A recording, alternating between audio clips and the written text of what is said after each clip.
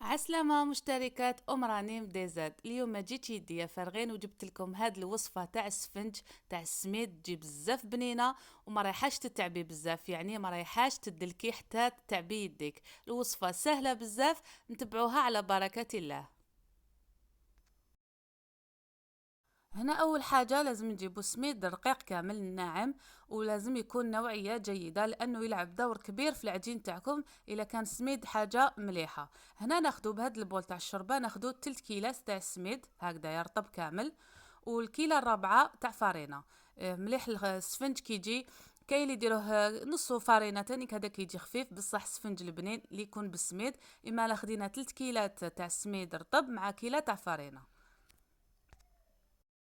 هنا نبدا نلم في العجين تاعي يعني بالماء. انا خيرت الماء يكون شويه دافع خاطر انا في زمان البرد باش يساعدني العجين يريح كتر وكتر.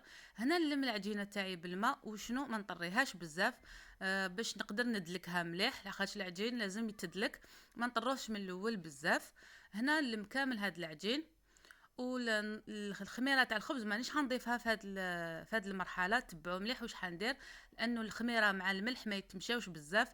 اما لهنا نضيف ملعقه صغيره تاع الملح. دوك نتوما الملح كل وحده والكيله تاعها اللي خيرتها. انا درت مغرف صغيره حرحرتها في شويه تاع الماء، ونبدا ندخل فيها هكا في العجين وندلك. يعني هنا راني حندلك واحد حتى 7 دقائق نقدر ندلك هاد العجين.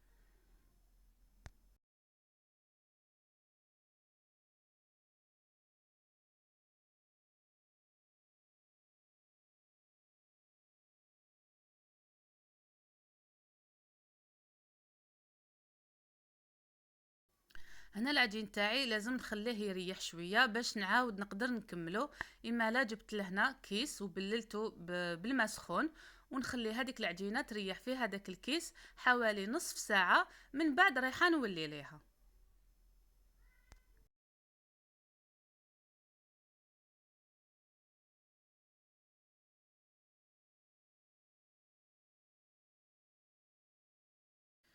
نجيب الخميره تاعي لازم نوجدها. هنا جبت مغرف كبيره تاع الخميره تاع الخبز، نزيد لها مغرف كبيره تاع السكر، والسكر تانيك مليح باش كي تكونوا تقلوا فيه يجيكم هكاك حميمر وشباب. ولهنا نجيب الماء السخون ونخلطوا فيه هذيك الخميره ونغطيه. البنات هاد المرحله انا كي جربتها عجبتني بزاف، والخفاف تاعي جاني هايل بها، يعني خير مني نضيف الخميره في الاول. هنا خلي الخميره تاعي تتفاعل من بعد نولي ليها. شوفوا الخميره هنايا تفاعلت وخرجت على حدها كما يقولوا. هنايا نجيب هذاك العجين اللي خليته يريح هذيك النص ساعه. شوفوا كيفاش ديجا راهو بدا يطرالي، وشغل انا دلكته وهو ما دلكتوش بزاف. هاد المرحله تعاونك بزاف. نبداو دوكا ندخلو في هذيك الخميره. شوفوا هذيك الرغوه الاولانيه هي اللي تبداو بها، شوفوا. ونبداو ندخلوه هنايا نبداو نعجنو. الخفاف ولا السفنج يحب تعجني وتخطي، يعني يحب تدخلي له الهواء قد ما تقدري.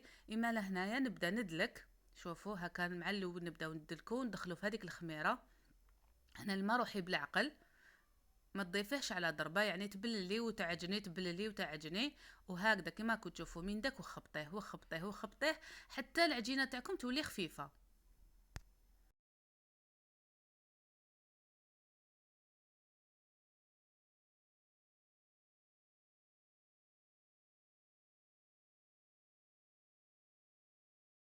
هنا بالعاني حطيتها لكم في البلان دو ترافاي باش يساعدني. هنا شوفوا كيفاش العجينه بعد ما عطيت لها الماء الكافي تاعها هاي طريه تهبل. هكذا تبداو تخبطوا فيها، تبللوا يدكم بهذاك الماء وتبداي تخبطي فيها هكا. لازم تدخلوا لها الهواء مليح. من بعد نحطها في ريسيبيون ونخليها تبدا تخمر.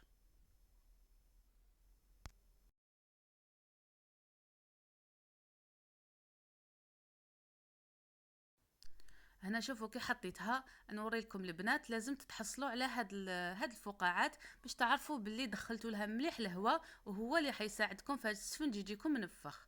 هنا غطيتها قلت لكم ونخليها تخمر، ونقعد نولي ليها ندي غازيها.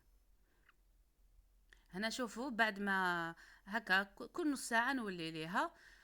شوفوا هنا نبلل يدي بالماء، وهكذا لازم نعاود. شوفوا نكسر لها هذيك الخميره هكذا، تقعدوا تولوا تخبطوها غير هكذا للداخل.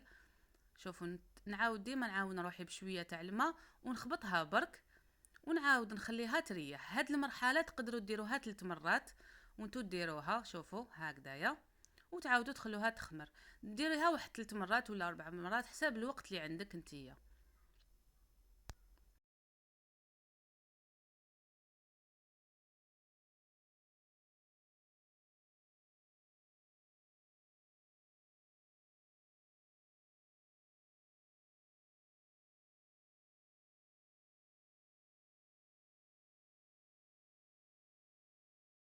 العجين تاعنا راه ريح كيما حب الخاطر. هنايا نبداو نشكلو في هذيك الحبيبات تاعنا اللي رايحين نقليوهم. شوفوا ديجا كان نمسهم، شوفوا دوك الفقاعات كيفاش راهم يترتقوا وحدهم. هنايا الصينيه تاعي دهنتها بشويه تاع الزيت، ونوجدو هكذايا هذوك الويزات اللي رايحين نبداو نقلو فيهم. انا هنا شكلتهم شويه صغار الحبيبات، يعني يجوا موايا، ما يجوش كبار بزاف وما يجوش صغار وما تزوخلكمش بزاف. يعني هذا هو القيس اللي نقدر انا نديرو يمشي في يدي، يعني ما نقدرش نكبرو بزاف هذا وش والفت. هكذا توجدوهم كامل باش تجيكم الخدمه سهله.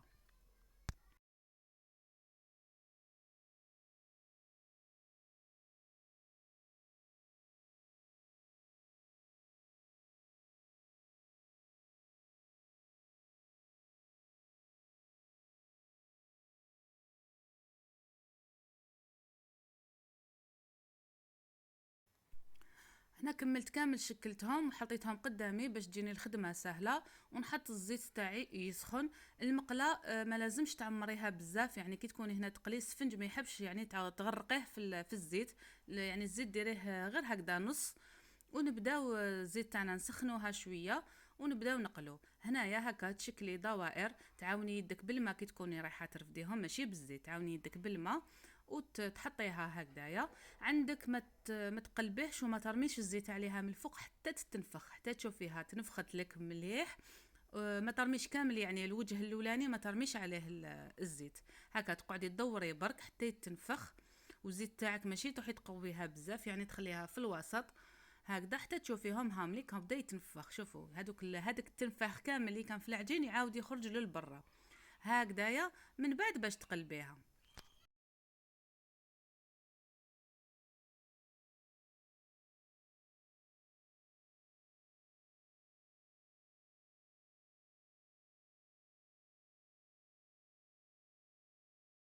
هنايا راني قلبتها. من بعد الوجه هذايا الفوقاني نبدا نرمي هنايا، نقدر نرمي الزيت على روحي باش يعني الطياب يدخل له حتى للقلب هكذايا. ونحمروا هذيك الحبيبات تاعنا ونقطروها مليح مليح.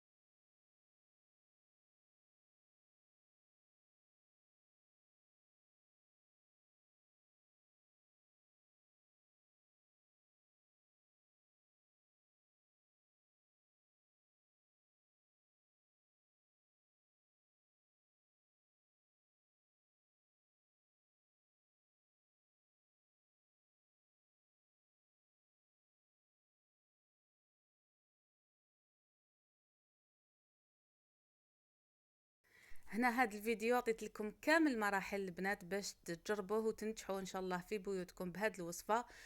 زيد كيما نقولوا كامل نخافوا السفنج اللي يكون بالسميد، نخافوا يجي ثقيل، نخافوا.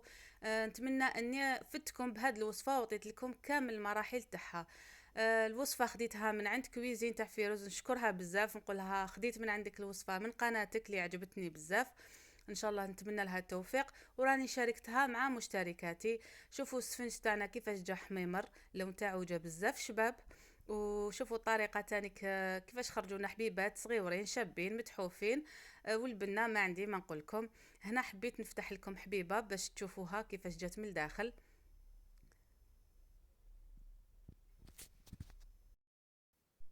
شوفوا كيفاش جا بزاف هايل، خفيف خفيف هايل، يعني الحبه تاكليها وما تشبعيش، تاع قهوه حليب ما عندي ما نقولكم. ان شاء الله هنكون فدتكم بهذه الوصفه، ونتمنى انكم تجربوها.